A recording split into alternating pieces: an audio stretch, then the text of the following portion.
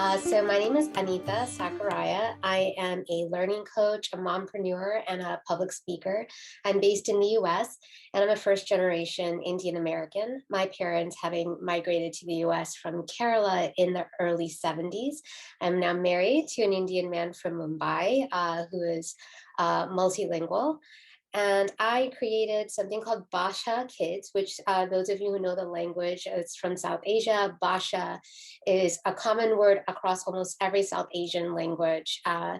And I created this in 2019, pre-pandemic. My goal is to make play-based learning materials for children to learn Indian languages through English. And ultimately, my goal is to empower parents with tools to promote home language immersion.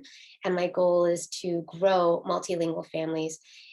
Bottom line is I'm making the products that I wish that I had at home 30, 40 years ago. I had been part of a couple of conversations earlier. I am a person who has suffered heritage language loss. While I was born in the US, my parents were trying to raise me with Malayalam, and just like many other kids of immigrants, you're good up to age 5, then you hit school and suddenly you're only speaking in English, you're only hearing English all the time. And it's a difficult period, I think, for parents to face and decide, how do I inculcate this language with my child on top of everything else I already have to do. I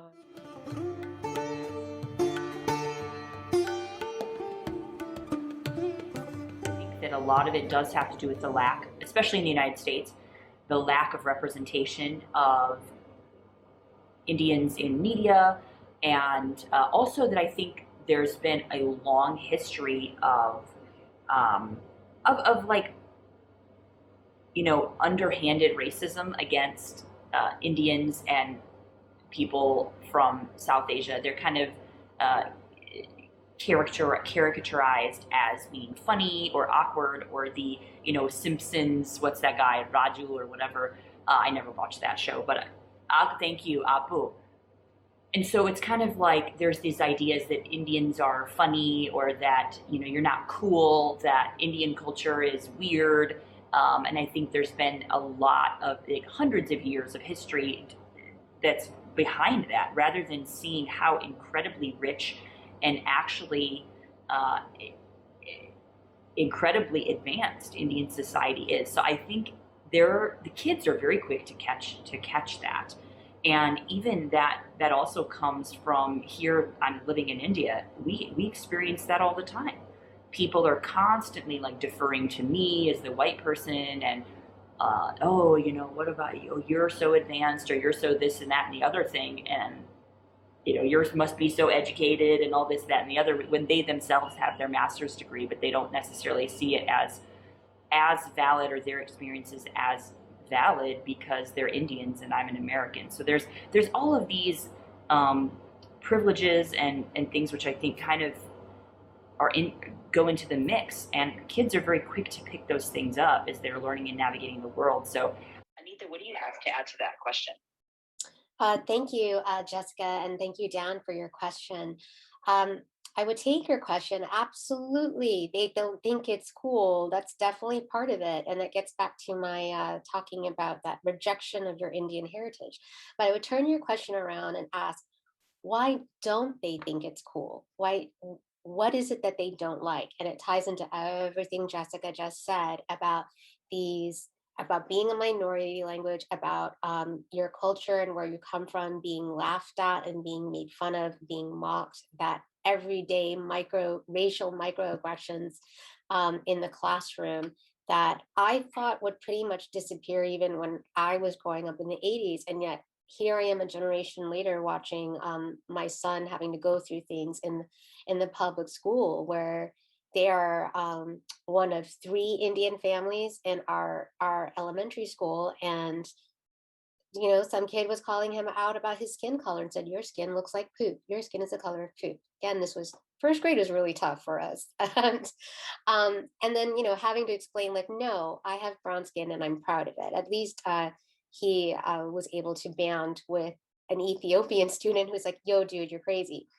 But yeah, it comes back to, Absolutely. Children should be able to choose what their identity is, but they're not at that level of cognition in those formative years, right? From preschool through elementary school to really start making choices. But they do pick up on negative connotations, and that negative connotation surrounds us in our society through very blatant things where when you hear about incidents like the first people killed after 9/11, there was a Sikh guy at who owns a gas station, right? That you are called out for wearing a turban. We're even afraid at times if we're boarding a flight, of course, pre-pandemic, to even speak Tamil or Hindi, lest we get the stares, right? Oh, what language are they speaking? I'm like, oh, great, they're going to call the federal marshals on us, or always being afraid of when is the next Karen moment going to happen. Kids definitely pick up on that. And so I would turn that question around that it is totally valid. Okay, hey, you don't think it's cool. Tell me why you don't think it's cool. What is it about it that you don't like? And it actually goes right back to what Jessica said, is not understanding the rich history that they come from.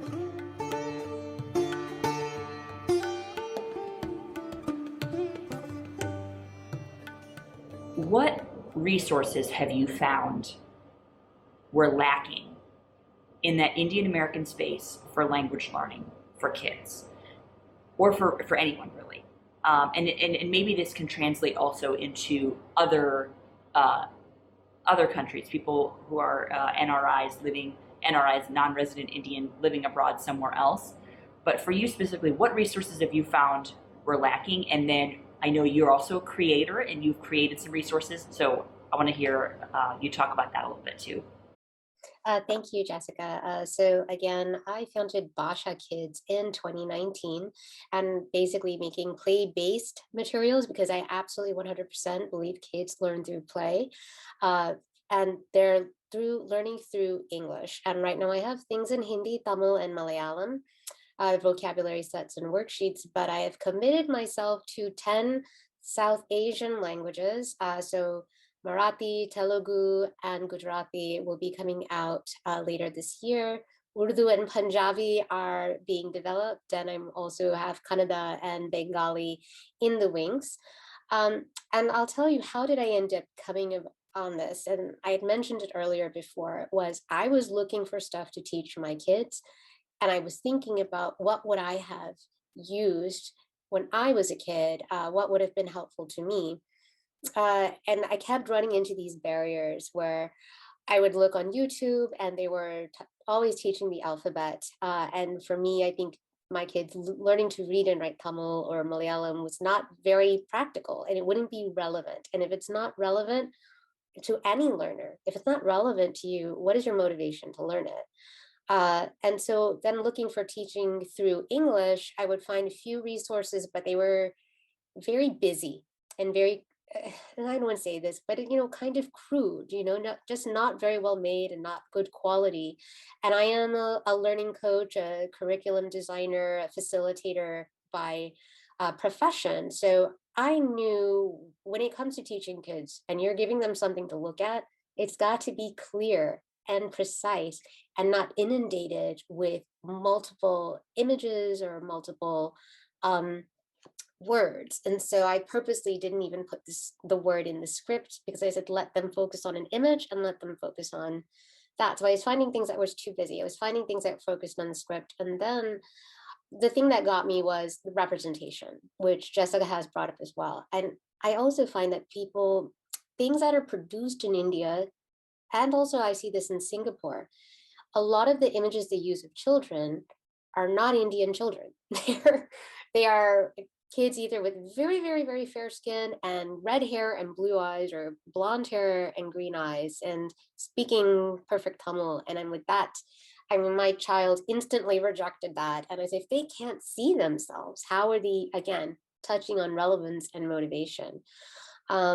And then even things with animation, a lot of this stuff was just, there's a lot of stuff on YouTube. But first of all, all those barriers that I was talking about earlier, a lot of those were from the 70s through the 90s. With social media today, there is a lot of resources out there, but what is the right resource for someone where this is minority language and you are surrounded by English? So that is something that I chose to create. I will recommend, uh, guys, I absolutely love this cartoon series. It was on Hotstar, which is a streaming service similar to Netflix, but it's all Indian stuff. There's a cartoon series called The Legend of Hanuman. Its animation was at the level of Pixar. It was absolutely amazing. And you can watch it with English subtitles in at least 7 different Desi languages. So that was fantastic. But going back to the animation is just not on par. If kids here are used to Peppa Pig, they're used to Wild Kratts, they're used to PBS quality animation. Um, they're not going to gravitate to some of the animations that's out there on YouTube. So again, going back to what Dan said, it's not cool enough.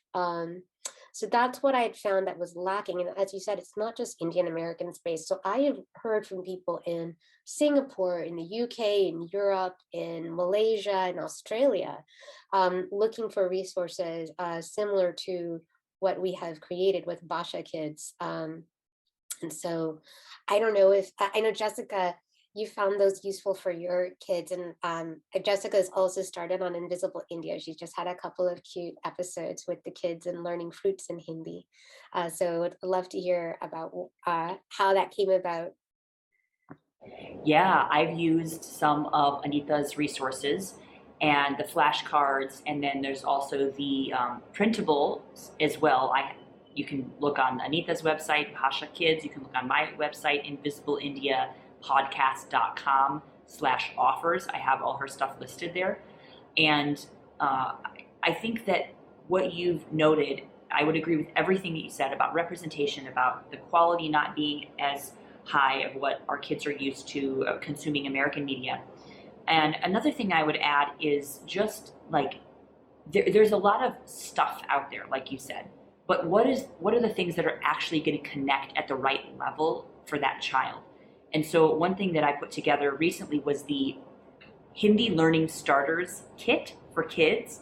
It's on my website. If you go to invisibleindiapodcast.com, and there's a prompt on the bottom that you can just sign up to download it. It's a free download, and it's ideal for ages 0 to 6. And I've recommended some of the things that you also mentioned, things on Disney Plus, Hotstar, and Netflix, certain things that I think this is the right level for a child, and this is the best ways to utilize that resource to get your child to comprehend or get your child speaking. And I would say really that, some of the things I'm trying to create on my podcast are more interactive type of lessons where it's a video for a child to watch with other kids, and they were talking. I did one recently where my children were talking to me about fruit. So it's English and Hindi. So we throw in some Hindi things there, but at least to enough English to keep the child interested in the story and what we're talking about, and we're showing how to cut a mango and all of these little cultural elements that I want my kids to be connected to, and also sharing that with other children. So yeah, I have other resources on my podcast and on my site, Invisible India Podcasts, like I just mentioned.